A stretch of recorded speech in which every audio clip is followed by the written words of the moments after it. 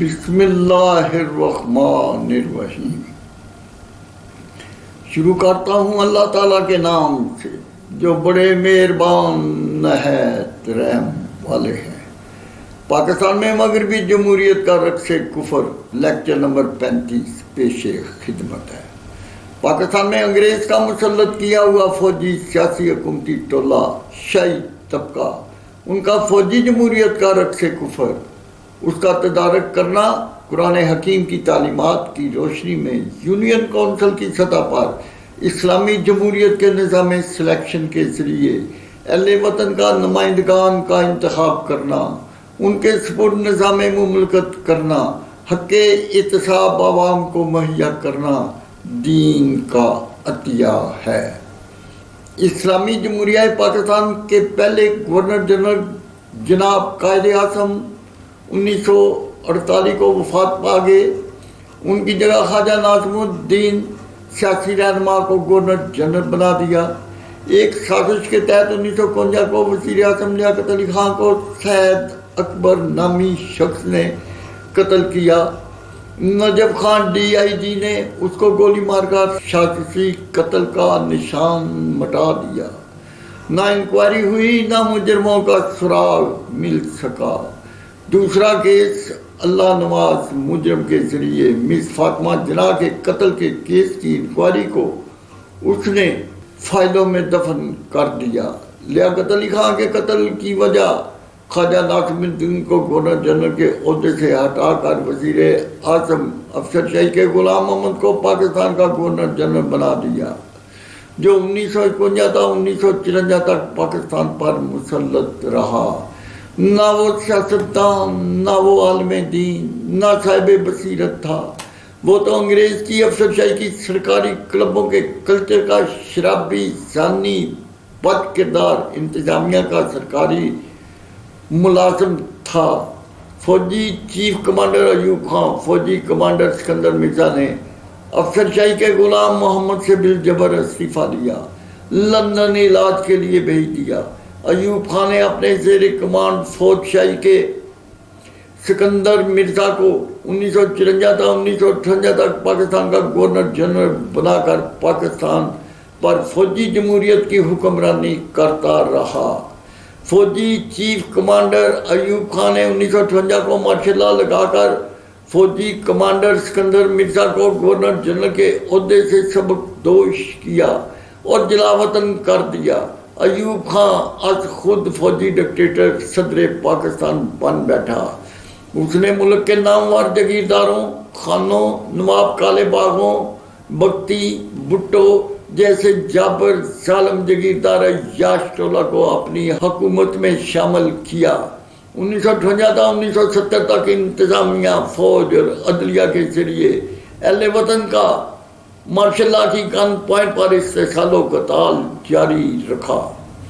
فوجی ڈکٹیٹر ایوب خان نے 70% بھوکے ننگے، ضروریات حیات، تعلیم اور سرکاری ملازمتوں سے محروم، علاج معالجہ سے محروم، غریب مزاروں، تنگ دست کسانوں جو پاکستان کی زراعت کی ریڑھ کی ہڈی تھے، ان کی بجائے ان کے وسائل خزائن کو شاہی تنخواہوں، شاہی مراد کے ذریعے لوٹنے والی انتظامیہ، فوج، عدلیہ کے مجرم رازوں کو مختلف راجوں پر لاکھوں ایکڑ سرکاری زمین جو کسانوں کو دینی تھی، 12% ملکی زمین اپنے پسندیدہ افسر شاہی، فوج شاہی، منصب شاہی کے مجرموں میں تقسیم کر دی، جو آج بھی ان کی ملکیت ہے۔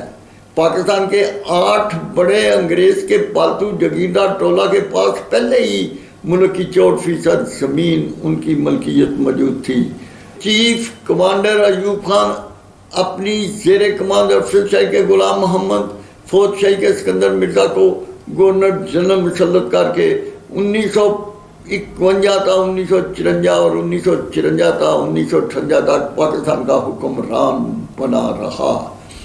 1958 کو ایوب خان نے مارشل لا لگایا پاکستان پر۔ 1958 تا 1970 تک مارشل لا کی نوک پر طبقاتی، تفاوتی، سودی، حنود، یہود کے کفر کہ یزیدی نظام حکومت کے ذریعے اسلامی تہذیب کو کچلتا، اہل وطن کا معاشی قتال کرتا رہا، ایک وزیر اعظم کو قتل، 6 وزیر اعظم کو اسلامی آئین کے نفاذ کو روکنے کے لیے یہ کے بعد دیگرے ان کی حکومتوں کو بلا جواز ختم سیاست سے بلیک لسٹ کرتا اور اسلام کے نفاذ میں پوری طرح حائل رہا۔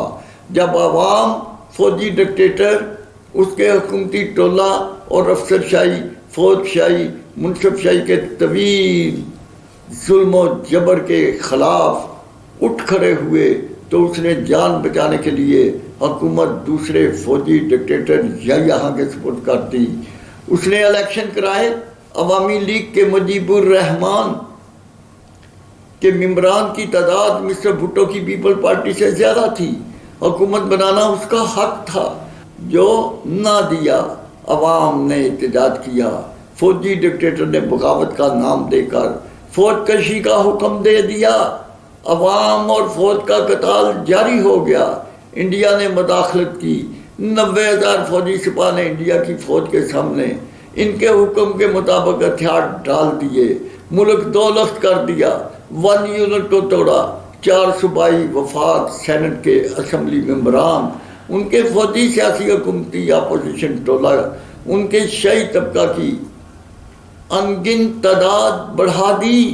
پھر چوتھے فوجی ڈکٹیٹر پرویز مشرف نے 51% حقوق نسواں کے نام پر حکومتی اپوزیشن ٹولہ شاہی طبقہ کی مستورات کی تعداد بڑھا کر فوجی مخلوط حکومت کے کفر کا طبقاتی تفاوتی سودی ہنود یہود کا یزیدی فوجی جمہوریت کا نظام حکومت جاری کر دیا۔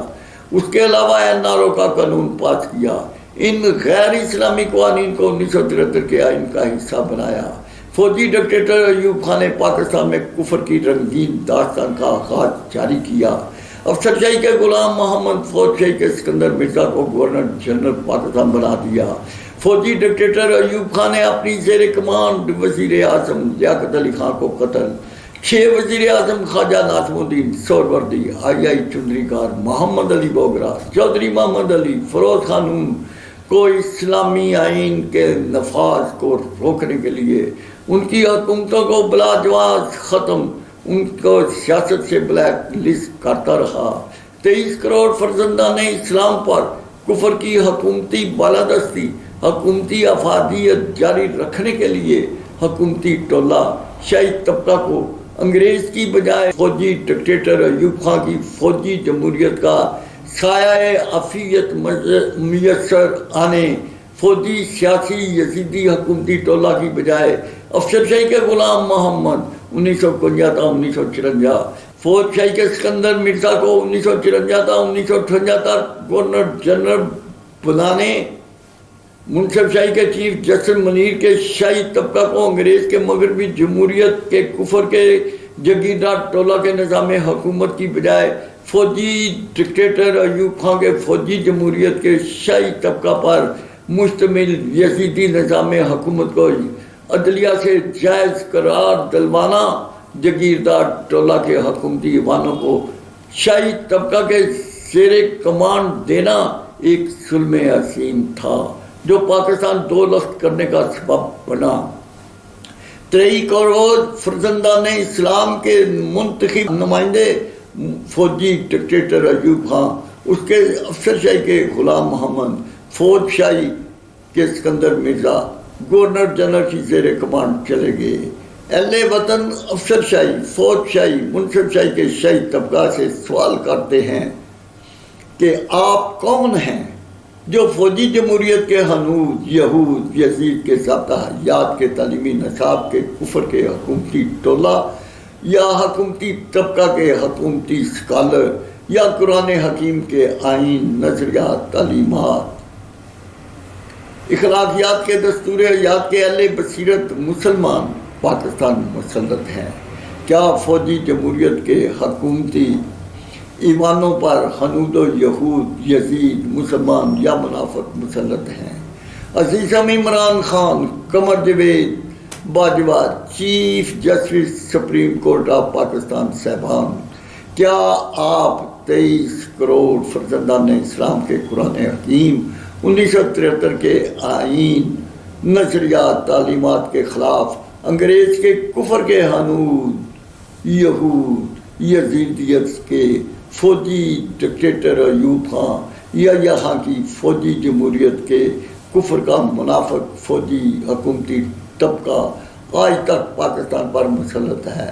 عزیزم عمران خان، قمر جاوید باجوہ صاحبان، کسی اہل بصیرت سے پوچھ تو لیں کافر منافق میں کس کا قتال ضروری ہے؟ افسر شاہی، فوج شاہی، منصف شاہی کا فوجی جمہوریت کا شاہی طبقہ 1951 سے لے کر آج تک پاکستان کو سردار انبیاء کا شہر مدینہ جیسی ریاست بنانے میں بری طرح حائل ہے۔ اللہ تعالیٰ آپ کو ان مجرموں کو کچلنے کی توفیق عطا فرمائے، آمین۔